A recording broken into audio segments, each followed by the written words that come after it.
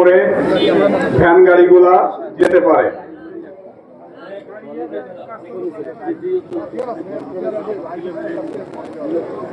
সম্মানিত সাংবাদিক বন্ধুদের প্রতি কৃতজ্ঞতা জানিয়ে আমাদের এই আজকের এই অনুষ্ঠান আমরা আনুষ্ঠানিকভাবে কিছুক্ষণের মধ্যেই শুরু করব।